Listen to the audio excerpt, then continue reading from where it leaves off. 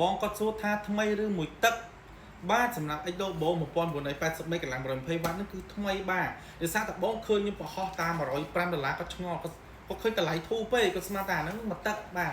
បច្ចាក់$105នេះគឺថ្មីបាទនេះថ្ម20ម៉ោងបងប្អូនទាំងនេះសម្រាប់ outdoor បងប្អូននេះចង់បានប្រភេទ speaker ទូចហើយកម្លាំងខ្លាំងហើយទុកស្ពាយយកតាមខ្លួនថ្មកាន់នេះបងប្អូនខ្ញុំណែនាំ1983មេកថ្មគឺ100ថ្មគឺ20ម៉ោងបាទហៅអែមែនតើអានេះគឺប្រភេទឆ្នាំ2026ខ្ញុំ unboxing ឲ្យបងប្អូនមើលសិនតិចសិនសម្រាប់X Turboនេះខ្ញុំបញ្ជាក់បន្តិចបងប្អូននេះគឺថ្ម20ម៉ោងហើយមាន EQ ដល់បាន3សលេងដែលមកពាក់ជាមួយនឹង chip DSP អាចបញ្ជាសលេងបានឡើងស្អាតតែម្ដង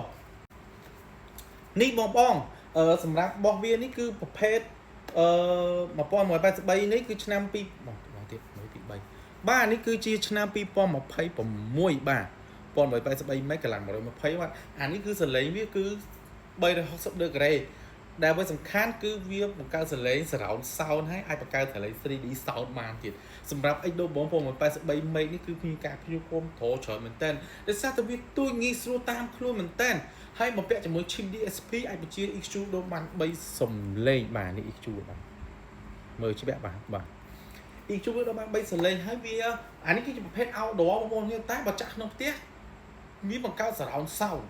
surround sound គឺវាមានថាពេលចាក់ទៅវាលន់ស្មើគ្រប់ទិសហ្មងគឺវាអត់ហឹងទេគឺប្រភេទ surround sound វាចាក់ក្នុងផ្ទះគឺបុកអត់ថប់ទេបាទនិយាយទៅមុខងារដែលបញ្ចេញសំឡេងដែលបានល្អតម្លៃធូរមានតែ X Turbo បងប្អូនគ្នា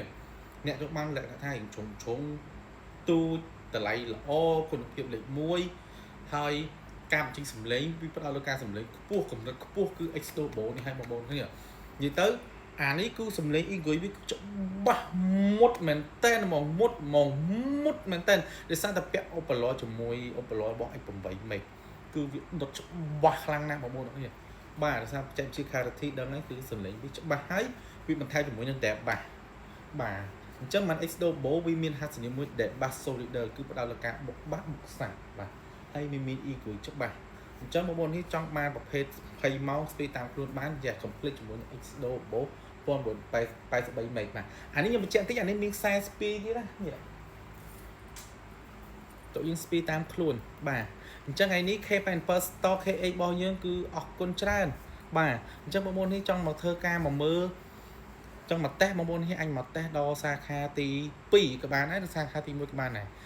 សាខាទី2នៅទៅមុខក្រុមហ៊ុនតឡាម៉ូតូ Honda NCX បាទអញ្ចឹងបងប្អូននេះ complete មកដល់បុក Honda ក្រុមហ៊ុន